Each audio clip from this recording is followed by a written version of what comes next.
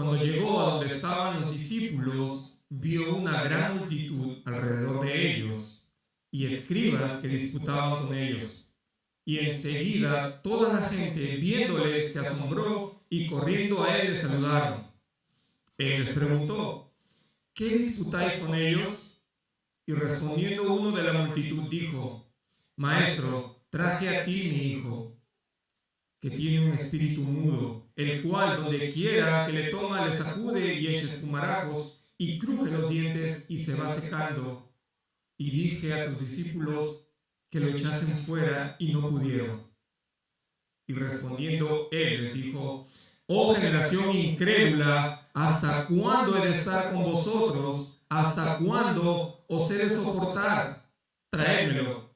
Y se lo trajeron, y cuando el espíritu vio a Jesús, sacudió con violencia al muchacho, quien cayendo en tierra se revolcaba echando espumarajos. Jesús preguntó al padre: ¿cuánto tiempo hace que le sucede esto? Y le dijo: desde niño. Y muchas veces le echan en el fuego y en el agua para matarle. Pero si puedes hacer algo, ten misericordia de nosotros y ayúdanos. Jesús le dijo: si puedes creer, al que cree todo le es posible.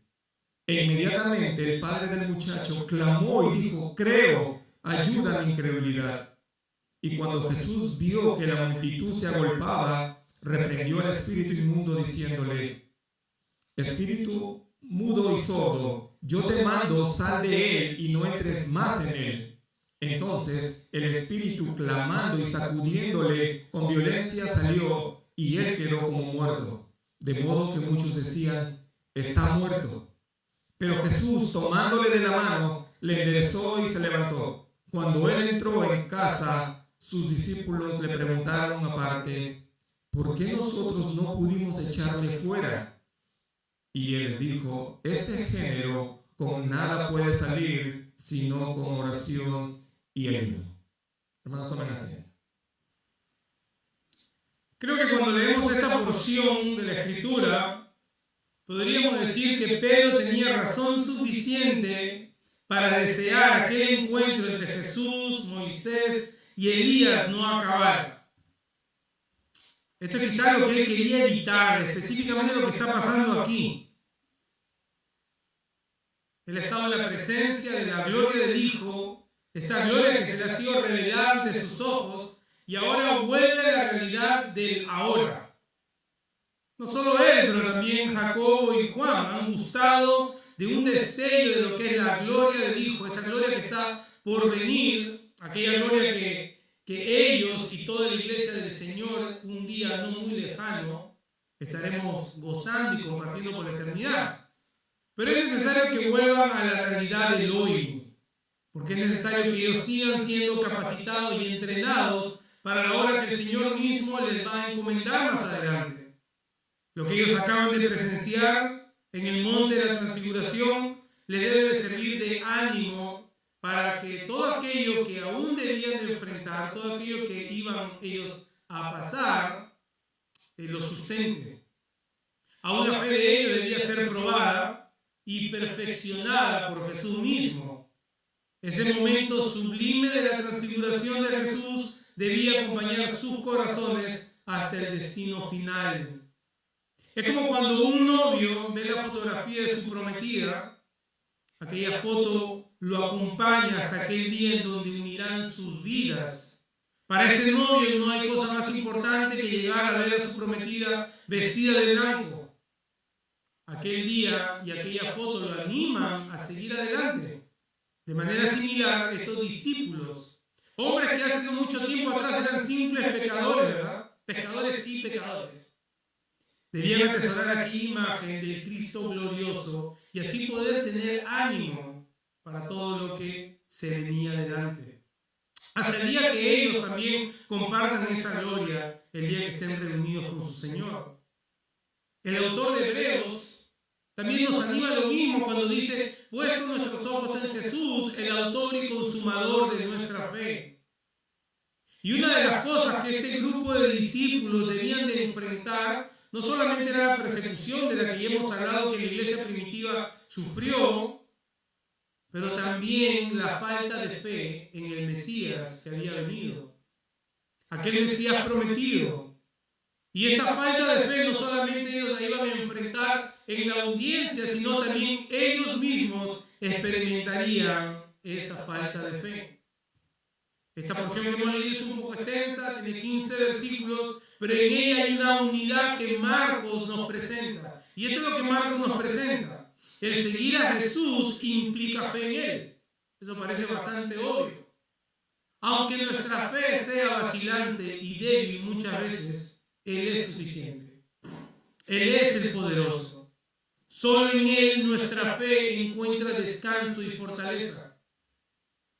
Y en la oración, como vamos a ver al final, la expresión de esta fe, porque es un acto de dependencia total. Eso es lo que Marcos nos presenta. Ahora, a la luz de esto, tenemos que decir que tú y yo enfrentamos la misma realidad de los discípulos.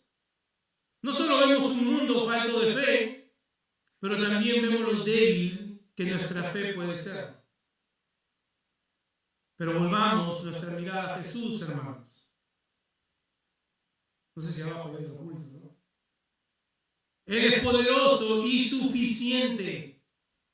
Él nos ha dejado la oración como medio de gracia para que nuestra fe sea sustentada. Ahora, ¿cuáles son los puntos importantes de esta historia?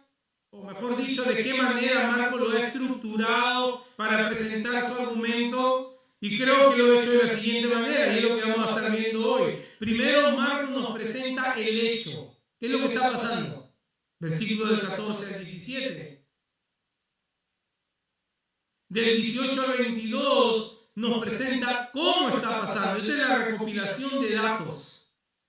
¿Cómo está pasando lo que está pasando? Del 23 al 27, ¿cuál es la solución a lo que está pasando? Y del 28 al 29, Marcos nos muestra una lección final. ¿Qué es lo que está pasando? ¿Cómo está pasando? ¿Cuál es la solución a lo que está pasando? Y la lección final que Marcos nos presenta. Oremos, hermanos. Necesitamos doblegar nuestra carne. Las distracciones son muchas.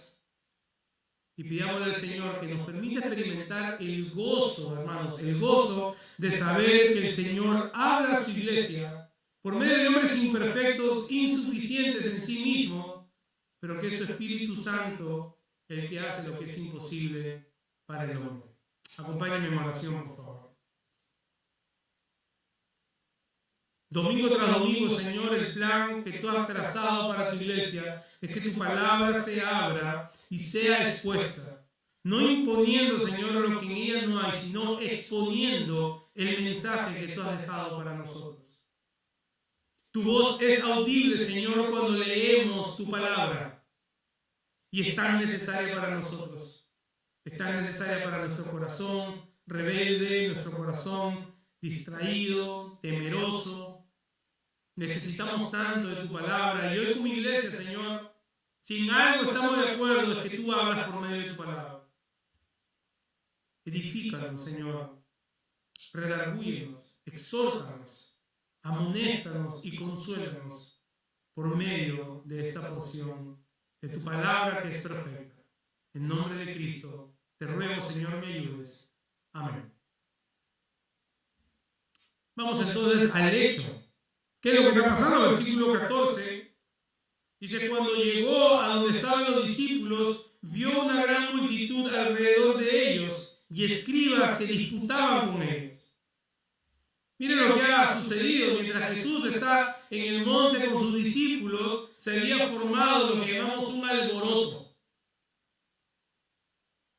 Un grupo de escribas, ya conocemos quiénes son los escribas, no pudiendo culpar a Jesús, buscan acorralar a sus discípulos. Buscan culpar a sus discípulos por algo que ellos no pueden hacer.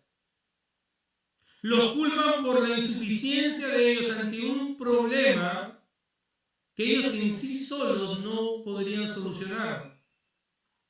Ahora, por un instante, imaginemos las sensaciones que están recorriendo las venas y la mente de estos discípulos. Muchos se sentirían torpes, quizás, ineptos, insuficientes. Quizás algunos estarían diciendo, bueno, definitivamente esto no es para mí. El orgullo de algunos quizás los ha llevado a decepcionarse de ellos mismos. Están mirando adentro. Al verse rodeado por una multitud de personas y los escribas que argumentan y los acusan, muchos seguro han experimentado el temor, vergüenza. Su incapacidad se ha hecho evidente. ¿Cuántas sensaciones, hermanos, que nosotros mismos podemos identificar? Y las identificamos en nuestras propias vidas. Quizás alguno de ellos levantaba la cabeza en medio de la multitud de las personas tratando de visualizar si por ahí Cristo venía. La espera se hace eterna, la sensación de fracaso cada vez es mayor, pero este aparente fracaso no es ningún fracaso. Quizás ante el ojo humano estos discípulos han fracasado, pero no es un fracaso según los planes que el Señor tiene para sus hijos, porque es bueno que ellos experimenten todas estas sensaciones, no como un autocastigo, no para andar cabizbajo por ahí, no para sumar un sentido de autovictimización, ni de, qué sé yo, de que soy poca cosa, nada de eso. Pero imaginemos por un momento si hubiera pasado lo contrario, si estos discípulos, aún en su inmadurez, aún en su ceguera parcial, si efectivamente hubieran podido hacer lo que la gente les pedía. ¿Se imaginan cómo su orgullo los hubiera podido llevar a pensar de ellos mismos más de lo que debían? Por eso experimentamos estas cosas. Por eso ese sentido a veces de insuficiencia y ineptitud es bueno que experimentemos esto, para que no creamos que somos nosotros las estrellas. La lección es clara. Cristo no está en medio de ellos no van a poder hacer lo que tienen que hacer. Y pareciera como que Jesús hace un eco de esto en Juan 15 cuando dice, alejados de mí nada podrás hacer.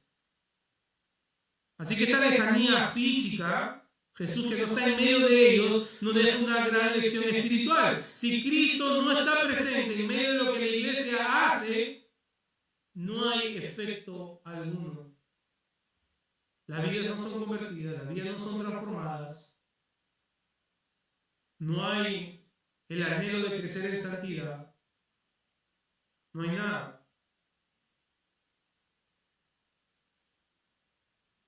Dice el versículo 15, y enseguida toda la gente viéndole se asombró y corriendo a él le saludaron.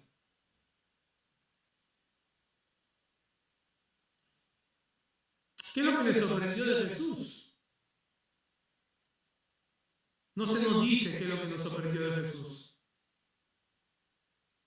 Dicen algunos que quizás Jesús aún tenía destellos de luz que había irradiado en el momento de su transfiguración.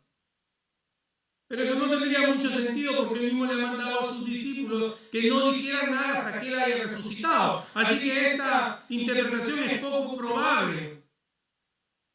Es poco fiel al contexto. Más bien pareciera ser que la sorpresa de la multitud al ver a Jesús se debe a la gran expectativa que tenían de lo que él iba a hacer. Y por eso van corriendo, dice a él, y lo saludaban. Y hasta aquí vemos entonces los personajes en esta historia. Los discípulos, los escribas, la multitud, Jesús que hace su aparición junto con los otros 3 discípulos. Pero no se nos dice en sí qué es lo que está pasando hasta que Jesús pregunta, ¿qué discuten con ellos? ¿Qué disputáis con ellos? Y aquí está el enfoque de toda la discusión. Aquellos que los discípulos no habían podido hacer. Y respondiendo uno de la multitud dijo, Maestro, traje a ti a mi hijo que tiene un espíritu mudo. Antes que los escribas pudieran redirigir su acusación o sus preguntas a Jesús, aparece un padre, un nuevo personaje en la historia, interrumpe con todo esto porque su desesperación era mayor que la gana de los escribas de discutir con los discípulos y acusar a los discípulos. Ellos, miren lo patético de este cuadro. Ellos, en su afán de argumentar en contra de los discípulos, pasan por encima de la necesidad de este padre que está con su hijo sufriendo una posesión demoníaca. Estos escribas no están interesados en la necesidad de este padre con su hijo. Ellos simplemente están en una constante búsqueda para acusar a Jesús y a sus discípulos. Pero tal es la necesidad de este padre que se dirige a Jesús y dice: Maestro, te he traído a mi hijo que tiene un espíritu mudo. Y no creo que lo haya dicho así con calma. Es obvio que hay una desesperación en cómo él se dirige a Jesús. Toda esta conmoción es a causa de esto. Un padre con su hijo poseído. Él lo llevó con la esperanza de que Jesús lo sanaría, pero se da con la sorpresa que Jesús no está ahí. Así que, ¿qué es lo que queda? Bueno, el premio consuelo, los discípulos, pero los discípulos tampoco pudieron hacer nada. Los discípulos tratan de hacer lo que solo Jesús puede hacer. Aunque ellos mismos, después de entender la misión del Mesías, su padecimiento y la misión para ellos como iglesia, Jesús mismo le daría la autoridad para hacer también estas cosas, para el establecimiento de la iglesia. Pero aún sus corazones no están listos para esto. Aún hay inmadurez y no han comprendido en totalidad lo que Jesús ha venido a hacer. Podríamos decir que son nuevos creyentes aún, que son neófitos. Y como dijera Pablo a Timoteo, su corazón aún se puede envanecer y caer en la tentación de Satanás, la tentación de Satanás, que es el orgullo. Así que nosotros vemos aquí también un modelo a seguir, también cómo se debe establecer el liderazgo dentro de la iglesia. Personas que muestran madurez por su tiempo que vienen caminando y defendiendo la verdad, guardando la doctrina, aunque ese es otro tema, pero nos sirve también como paréntesis. Ahora que conocemos los hechos, ahora que vemos lo que está pasando, vamos a ver la recopilación de datos que Marcos nos da. Este espíritu mudo, dice el versículo 18, el cual donde quiera que le toma le sacude y echa espumarajos y cruje los dientes y se va secando. Dice el Padre: dije a tus discípulos que lo echasen fuera y no pudieron. Hermanos, esto no es una descripción de una película de terror. Esto no tiene nada que ver con una idea fantasiosa de lo que son los demonios. Esto no es una producción de Steven Spielberg. Esto no es una escena con buenos efectos especiales. Estamos hablando de la realidad del poder de Satanás, con el cual cohabitamos todos los días. En nuestra cultura, hermano, y aún en nuestro mundo evangélico, hemos caído en dos extremos peligrosos.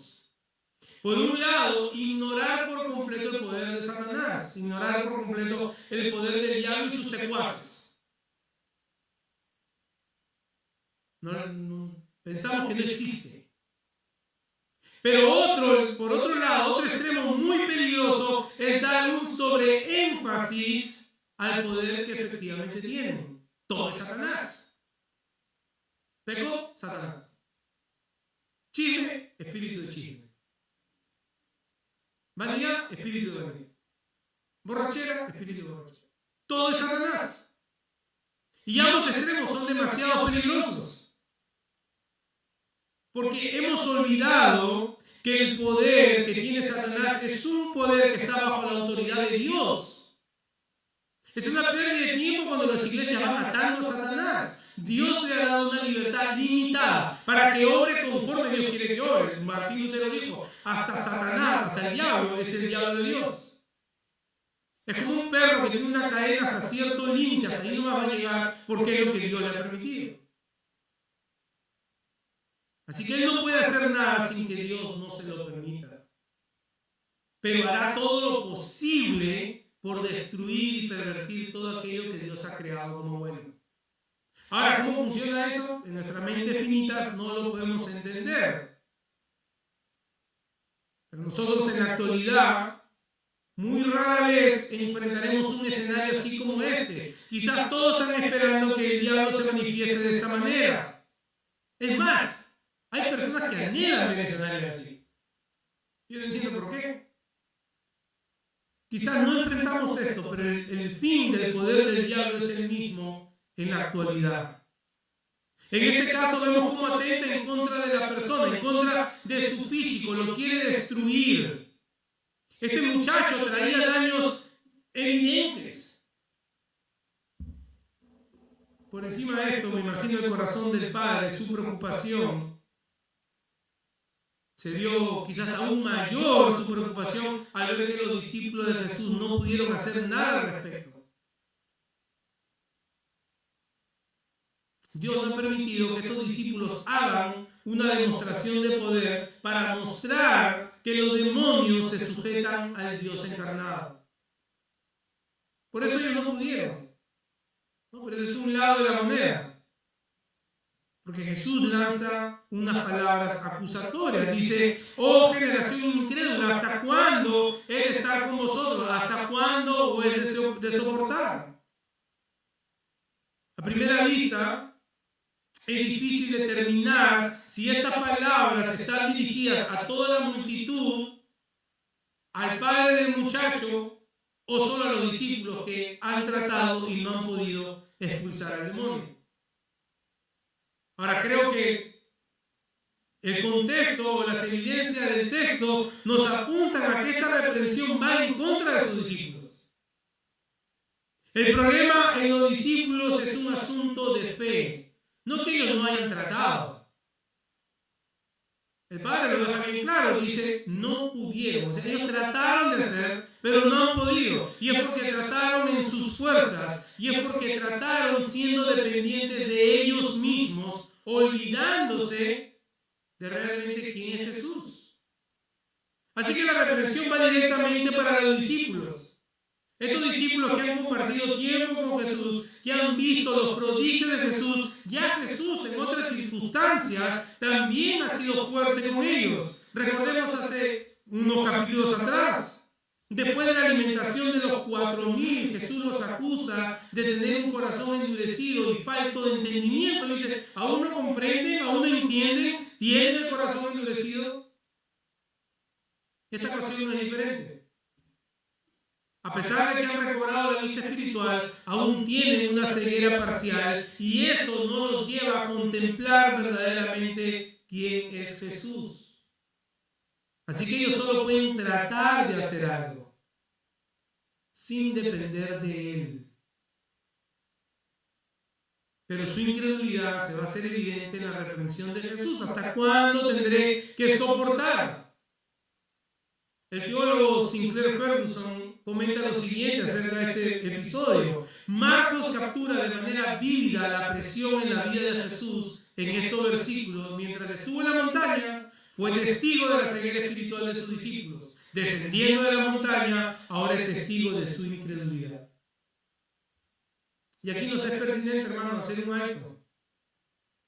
Porque estas mismas palabras son de aplicación para nosotros. Como iglesia muchas veces avanzamos disimulando nuestra incredulidad. Nuestra vida misma avanza tratando de por medio de obras externas disimular la incredulidad de nuestro corazón. Esta generación incrédula a la que Jesús acusa somos nosotros mismos. Ahora, ¿cómo sabemos que nuestro corazón experimenta incredulidad? Como iglesia, muchas veces no confiamos en los medios que el Señor ha dado para alcanzar al perdido. El Señor ha dado medios de gracia para liberar a aquellos que están oprimidos por Satanás. Ese medio de gracia es la predicación del Evangelio. Muchas veces nosotros creemos que estos medios son insuficientes. Así que queremos inventarnos algo mejor. Queremos hacer a la iglesia atractiva. para que todos se sientan cómodos. No hablar de pecado, no hablar de castigo eterno, no hablar de las llamas del infierno, no hablar de estas cosas. Ahora, no estoy diciendo que no hagamos nuestro esfuerzo humano para alcanzar al perdido, pero la iglesia ha perdido la fe en el poder del evangelio predicado. Y por eso vemos muchas iglesias que arman todo un espectáculo, ¿verdad? Pastores que bajan colgados y cada domingo es un escenario distinto y apagan las luces y por ahí botan un poquito de humo. Un sinfín de cosas para que la gente se sienta cómoda. Repartiendo ministerios, para que todos se sientan útiles. Eso muestra incredulidad en el mismo corazón de la iglesia. Porque tenemos que inventar algo, porque la predicación del evangelio no es efectivo y no es atractivo. No tenemos fe. Mi hermano, yo hace un tiempo atrás me dediqué a preguntar lo que una vez me preguntaron, el evangelio. Mi sorpresa fue que yo mismo no sabía qué era el evangelio. Y una iglesia que se preocupa porque todo lo externo avance sin el conocimiento del evangelio es una iglesia que no tiene fe. Es una iglesia incrédula. Y ahora mismo, ahí están sentados, respóndanse ustedes mismos, ¿qué es el evangelio?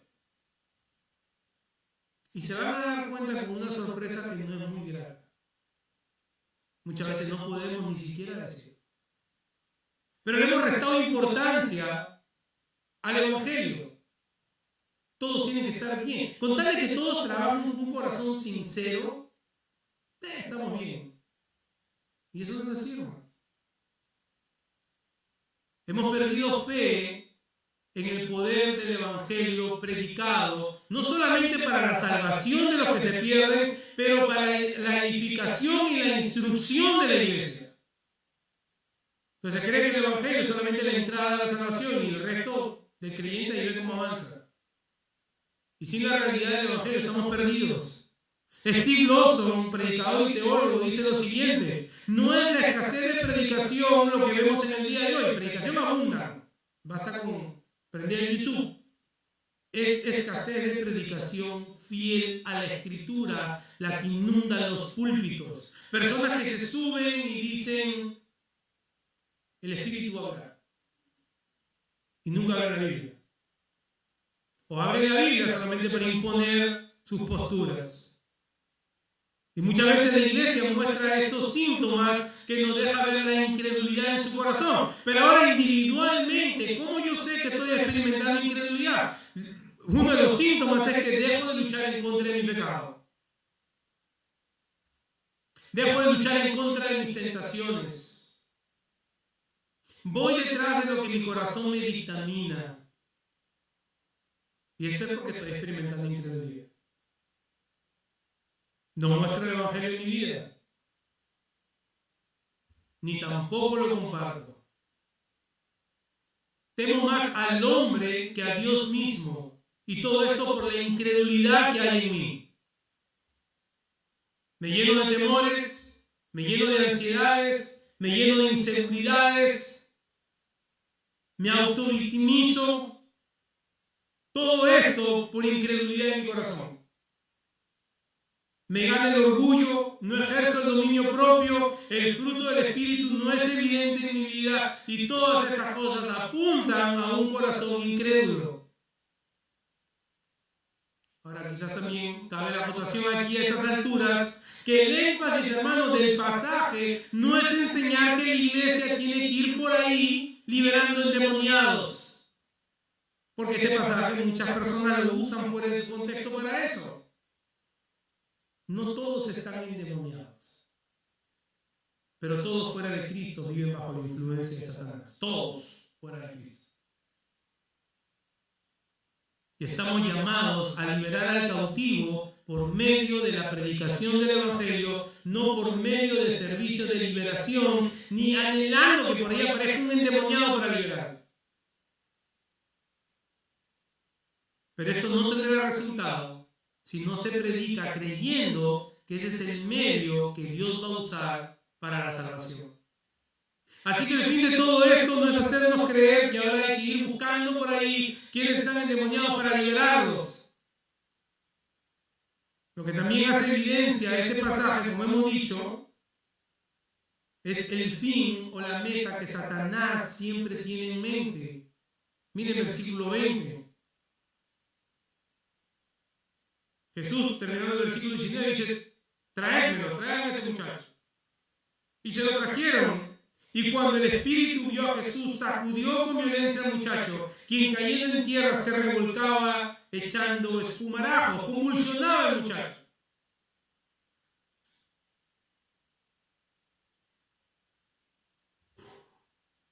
Jesús preguntó al padre: ¿cuánto tiempo hace que esto le sucede? Y él dijo: desde niño. Y muchas veces le echan en el fuego y en el agua para matarle. Pero si puedes hacer algo, ten misericordia de nosotros y ayúdanos.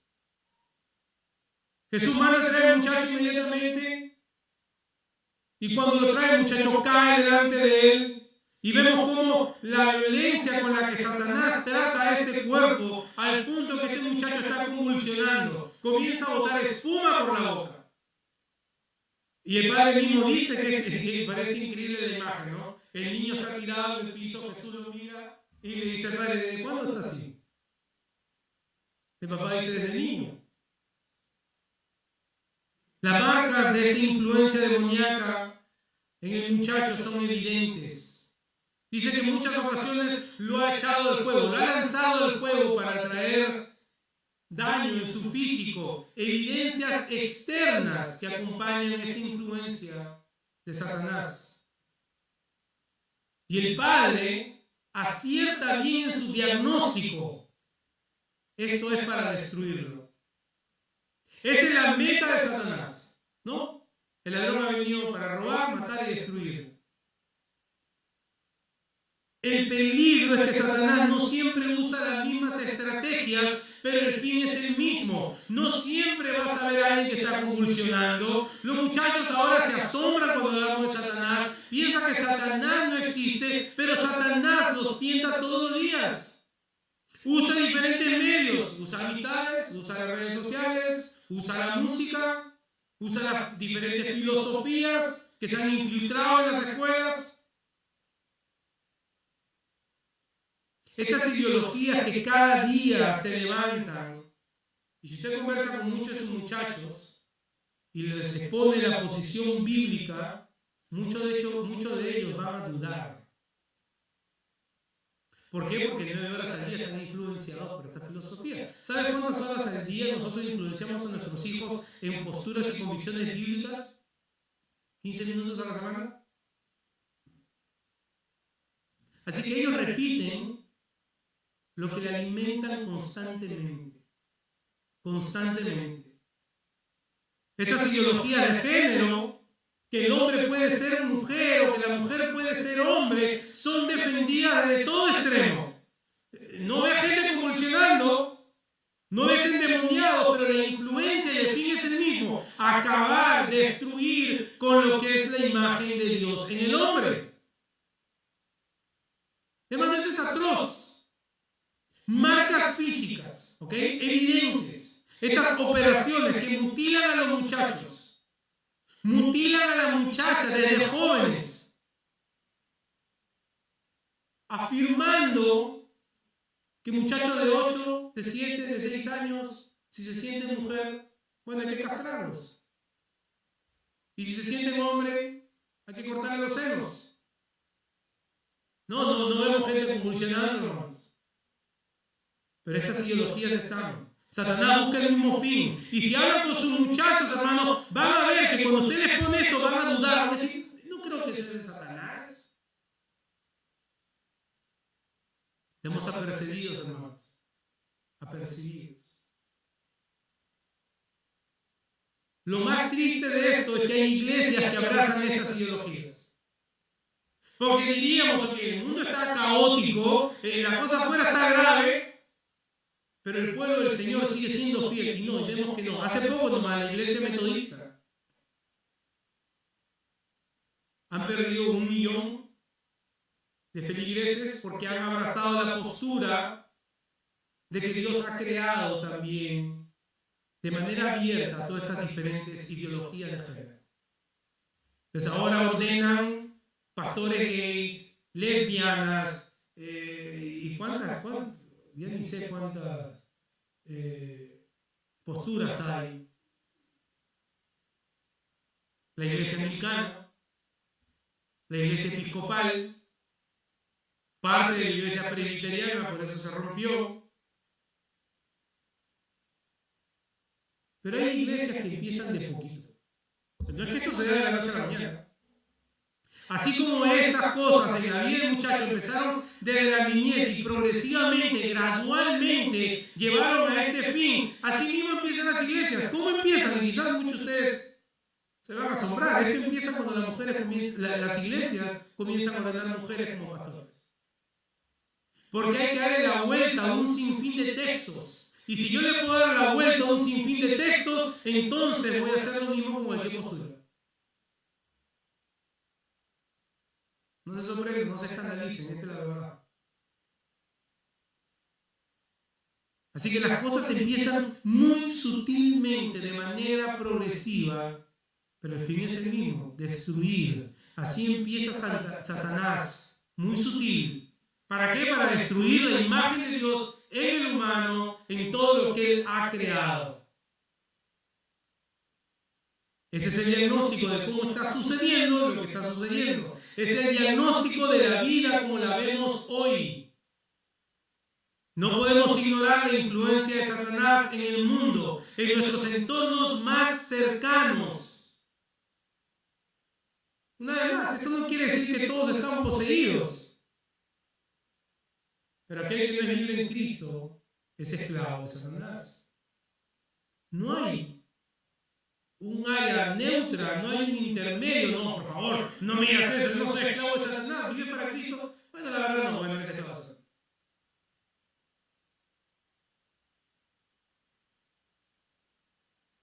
Operan bajo la influencia de Satanás y el amor a sus propios placeres. Y lo único que liberta al esclavo de Satanás es la predicación del Evangelio, la invitación constante del Evangelio. Arrepiente de tu pecado, pon tu fe en Cristo Jesús.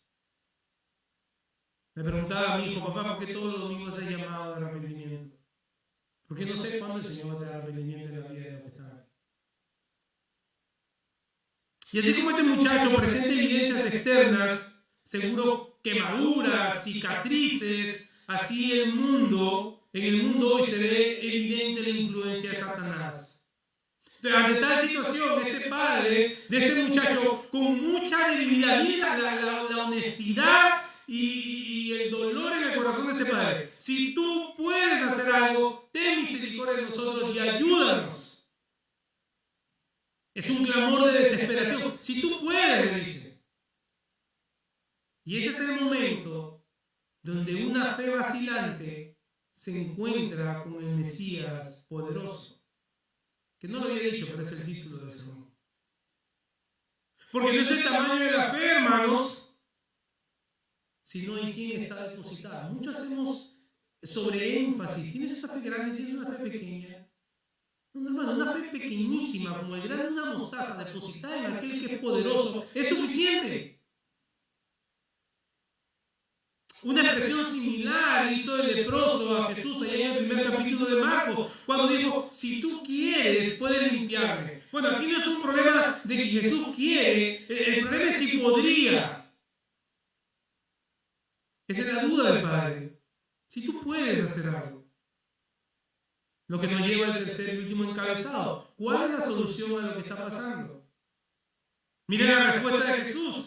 La Reina Valera no hace esta distinción, pero la Nueva Biblia de las Américas y otros manuscritos sí, más antiguos, no es que Jesús dice si puedes creer, al que cree todo es posible, sino que hay una pregunta. Jesús repite la pregunta del Padre y dice, ¿cómo que si puedes? ¿Cómo que si puedes? La fe de este padre es como ese granito de mostaza, ¿verdad? No da para mucho, es vacilante, pero está frente a aquel que puede hacer lo que para el hombre es imposible. Y antes de que nosotros nos sorprendamos ante la pregunta del Padre y digamos, ¿cómo le va a preguntar a Jesús si puedes hacer? Debemos reflexionar que nosotros muchas veces ni siquiera preguntamos, Señor, ¿será que puedes? Nosotros vamos de frente a la sentencia, Señor, yo sé que tú no puedes. Tenemos que ser honestos.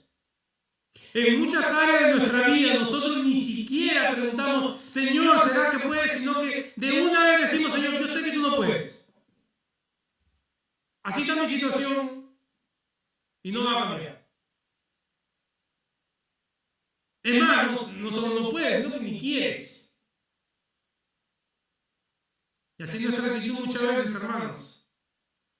Y entonces esta actitud nos lleva a la desesperanza, nos lleva a la afán. Quizás no lo decimos realmente, Señor, yo sé que no puedes, pero nuestra actitud, nuestra falta de esperanza ante la situación que estamos viviendo muestra evidentemente que no creemos que Jesús puede hacer algo.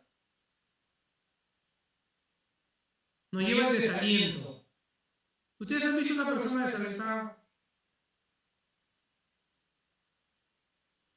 Todo es ahí.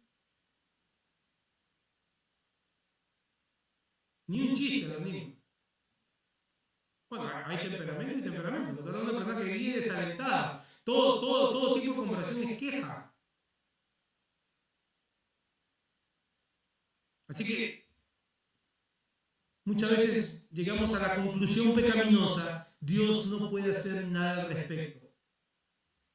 Porque yo ya hice lo que pude, y si yo no he podido, menos va a poder Dios. Es increíble pensar que en los momentos de incertidumbre, que en los momentos de gran prueba, nos olvidamos del Dios en quien decimos creer. Aquel Dios que le pregunta a Job, miren cómo Dios pone en evidencia su potencia, su soberanía, su poder. Cuando le dice a Job, ¿dónde estabas tú cuando yo fundaba la tierra? Hámelo saber si tienes inteligencia. ¿Quién ordenó sus medidas? ¿Lo sabes? ¿Quién extendió sobre ella cordel? ¿Sobre qué están fundadas sus bases? ¿O quién puso su piedra angular cuando alababan todas las estrellas del alba y se regocijaban todos los hijos de Dios? Dios reta la mente de Job en el momento de su peor calamidad. A ese mismo Dios, que es un Dios omnipotente, nosotros ni siquiera, como el padre de este muchacho, muchas veces podemos decir, ¿será que puedes hacer algo? Nosotros simplemente decimos que Él no puede. Pero Dios sabe esto, Jesús sabe esto. Al punto que le deja ver al Padre que no es un asunto si Él puede o no, sino más bien es un asunto si Él cree que puede hacerlo. Dice, todas las cosas son posibles para aquel que cree. Hay que aclarar cuáles son todas esas cosas. ¿Será que todas las peticiones de mi corazón, hermano? Muchas veces no sabemos ni lo que deseamos para el hermano, ¿no? Dios te conceda todas las peticiones de tu corazón, hermano. ¿Es muy peligroso? No, pero la Biblia dice, sí, deleítate en el Señor primero. O sea, deleítate en el Señor quiere decir que tu mente está capturada por Él. Que su voluntad es lo primero en tu vida. Pero lo deseo en tu corazón van a ir conforme a lo de la ley de Dios. Así que no es lo que nosotros pedimos, pídelo con fe. Si vas a pedir, pídelo con fe y vas a ver, se va a volver realidad. Eso no tiene nada que ver con eso. Es arrancar el texto fuera de su contexto. Aquí hay un asunto en particular que es la sanación y liberación de este muchacho. Y este padre debía de creer que Jesús tenía un poder sin igual para liberar a los oprimidos. Que Jesús hay un poder libertador. Ese mismo poder que puede liberar a tu hijo, a tu hija, a tu esposo, a tu esposa, a tu hermano, a tu hermana, a cualquier familiar, a cualquier conocido que aún no ha venido al arrepentimiento de la fe. En Él hay un poder que traslada al que está esclavo en tinieblas a su reino de luz. Esta pequeña conversación entre Jesús y el Padre bien se puede describir, hermanos, como nuestras luchas en nuestro momento de oración. Pareciera describir nuestro momento de oración. o describe nuestra falta de oración por completo. Creo que las palabras del Padre, que no son simples palabras como lo leemos, es un grito agónico. La Reina Valera dice, clamó. La Biblia de las Américas dice, gritó. Un grito desesperante al reconocer su falta de fe. Dice, inmediatamente el padre del muchacho clamó y dijo, creo, ayuda a mi incredulidad. La sinceridad y la humillación de este padre es algo que no solamente y muy posiblemente describe muchas veces nuestra fe, pero es algo que debiéramos experimentar, hermano. No llamo de eso. El quebrantamiento de reconocer que aunque creemos en medida pequeña aún. Y aunque eso es suficiente, y es suficiente porque está depositada en un Dios supremo, pero nuestro ruego debe ser, Señor, ayúdame en mi incredulidad, porque aún mi corazón se muestra duro. Aún el pecado sigue ejerciendo cierto dominio en mi corazón, en nuestro corazón, y aunque hemos sido liberados del dominio total del pecado, su sola presencia nos hace luchar con momentos de incredulidad. Este grito desesperante del Padre nos ayuda a ver la gran realidad en la cual aún nosotros nos encontramos. Pero también nos muestra el descanso de saber que ante una fe vacilante, nuestro Mesías, nuestro Cristo, nuestro Jesús, es el autor, consumador de nuestra fe y es poderoso. Ahora Jesús se va a valer de esta fe temblorosa, vacilante y pequeña para mostrar su gran poder liberador. Cuando Jesús vio a la multitud que se agolpaba, reprendió al espíritu inmundo diciendo, espíritu mudo y sordo, yo te mando, sal de él y no entres más en él. Entonces el espíritu, clamando y sacudiéndole con violencia, salió y él quedó como muerto, de modo que muchos decían, está muerto. Miren la orden de Jesús, no solamente le da una orden y al demonio no le quedó de otra que obedecer, pero encima le pone un cartel, ¿no? De no trespassing, no más. Aquí no entras más, no vuelvas a entrar en él. Al final de esto fue tan violento que parecía que el muchacho estaba muerto. Todos comenzaron a pensar que efectivamente ya había muerto, decían, está muerto. Y el mismo acto de Jesús que tuvo con sus discípulos ahí en el monte de la transfiguración, cuando ellos cayeron rostro en tierra, cuando escucharon la voz del Padre, ¿verdad? Ese mismo acto tierno de levantarlos y tomarlos de la mano, así levanta este muchacho. Lo toma de la mano y lo levanta, dice el versículo 27, Jesús tomándole la mano, le enderezó y se levantó. Esta es una muestra, hermano, de la derrota final que un día enfrentará Satanás. Esto es solo una pequeña muestra de que en Jesús reside el poder liberador que levanta a aquellos que están muertos. Aquel poder liberador que restaura la imagen de Dios en el hombre. Y después de ver el hecho, después de ver lo que está pasando, después de haber recopilado los datos, cómo está pasando lo que está pasando, y Jesús mismo habiendo demostrado que Él es la solución divina que Dios ha mandado, Marco ve necesario incluir una lección que marcará el corazón y la actitud de los discípulos de ahí en adelante, y por ende una lección para la iglesia.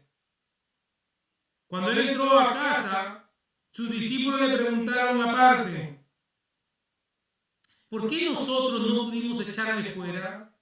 Y les dijo, este género con nada puede salir sino con oración y ayuno. Este es un pasaje con el que he tenido que luchar anteriormente.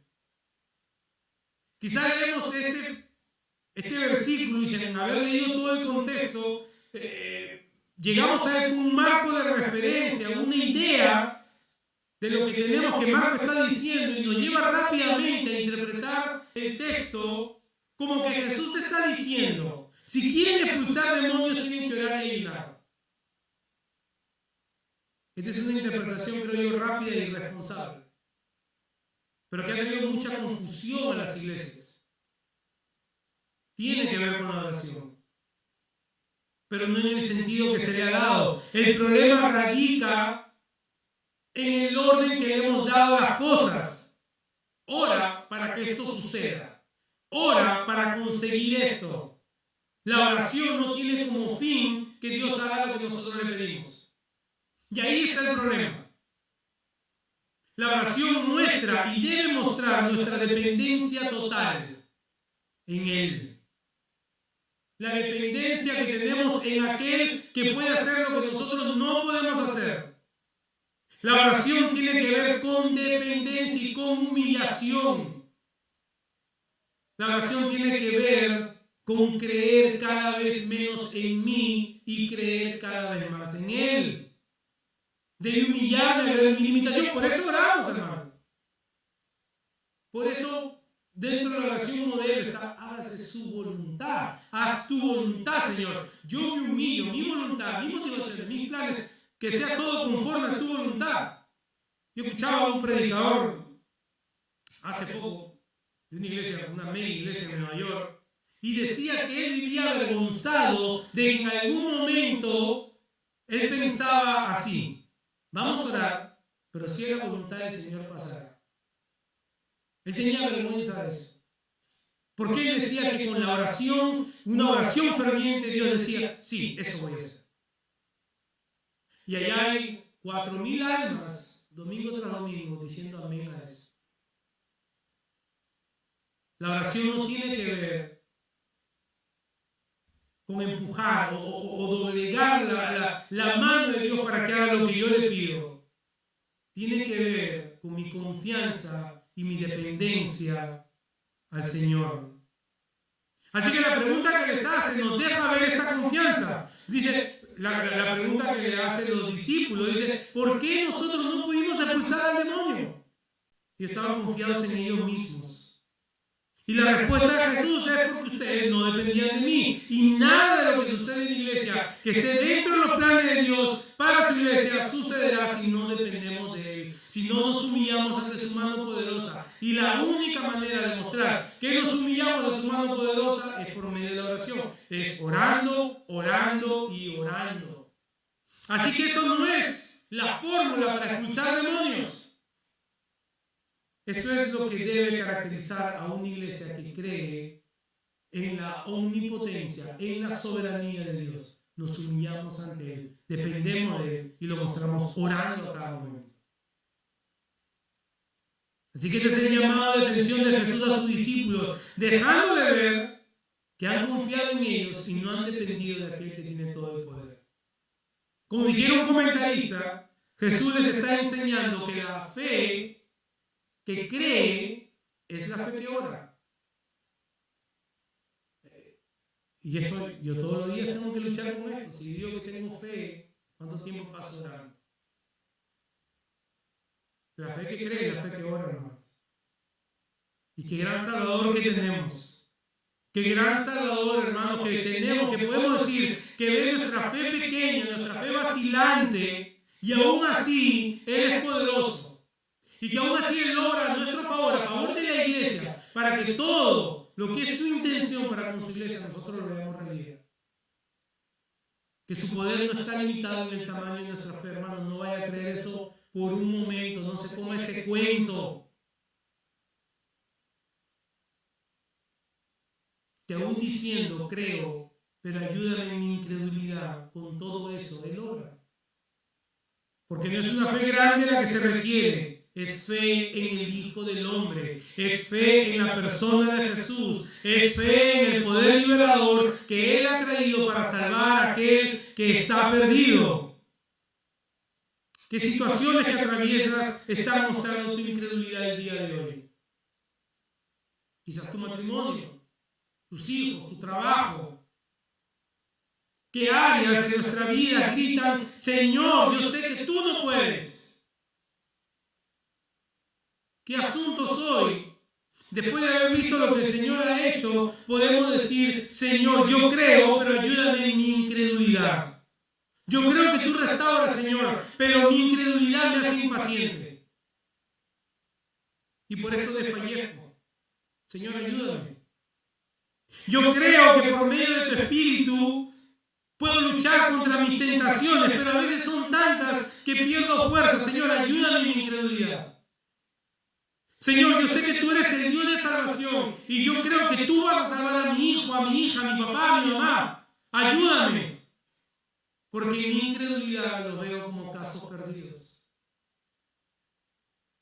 ¿Qué áreas de nuestra vida nos están haciendo ver nuestra incredulidad? Hermanos, que esta sea la fe que día a día nos lleva a orar. Una fe pequeña, pero que está depositada en un gran Salvador. Que día a día nos lleve a postrarnos delante de Él. Que nos humille y que confiemos en su omnipotencia, en su soberanía, en su amor y su cuidado por nosotros. Pablo, escribiendo a los romanos, dijo, el que no negó ni a su propio hijo, hermanos, sino que lo entregó por todos nosotros, ¿cómo no nos dará también junto con Él todas las cosas? ¿Cuáles son todas aquellas cosas? Todo aquello que es necesario para que nuestra fe siga siendo fortalecida. Puede ser pruebas, puede ser hambre, puede ser desnudez, puede ser espada. Todo aquello que el Señor vea necesario para que nuestra fe sea fortalecida, eso ocurrirá. Ahora, quizás todos los que están aquí sentados pueden decir, yo tengo fe en Jesús. Pero la única manera de saber si tu fe es genuina en la persona de Jesús es si has experimentado el arrepentimiento de tus pecados. Si mirando la cruz de Cristo has visto la aflicción, has experimentado la aflicción de haber vivido una vida a espaldas de Él, habiendo ofendido la majestad y la santidad de Dios, porque la fe verdadera, hermanos, nunca va apartada del arrepentimiento genuino. Son hermanas gemelas, son siamesas, nunca van apartadas. Yo no puedo experimentar fe en Jesús sin experimentar arrepentimiento verdadero. Y si he experimentado arrepentimiento verdadero, por Él he depositado mi vida en Jesús y eso va a ser evidente ante todos. Y si ese no ha sido lo que has experimentado, tu fe solo es pensamiento positivo. Tu fe es vana. Tu fe es vacía. A lo mucho tu fe es supersticiosa. Por eso la invitación domingo tras domingo. Mira tu condición perdida. Mira la condición en que te hallas a causa de tu pecado. Pero mira el remedio divino que Dios ha dado para todo pecador como tú. Cristo Jesús, aquel hombre que agonizó en la cruz por 3 horas. Pero la muerte no lo pudo contener. Resucitó, Dios lo vindicó. Y por medio de su sacrificio, Él ha comprado un pueblo para que goce una eternidad con Él. ¿No irías a Él? ¿No depositarías tu fe en Él? Que hoy sea día de salvación. Oremos. Amado Padre, te damos gracias, Señor. Te damos gracias por lo que eres tú. Este Dios omnipotente, soberano, que no está limitado, Señor, a nuestra fe, que muchas veces es vacilante, sino que tú obras con poder a favor de tu iglesia. Gracias te damos, Señor, por tu palabra en Cristo Jesús.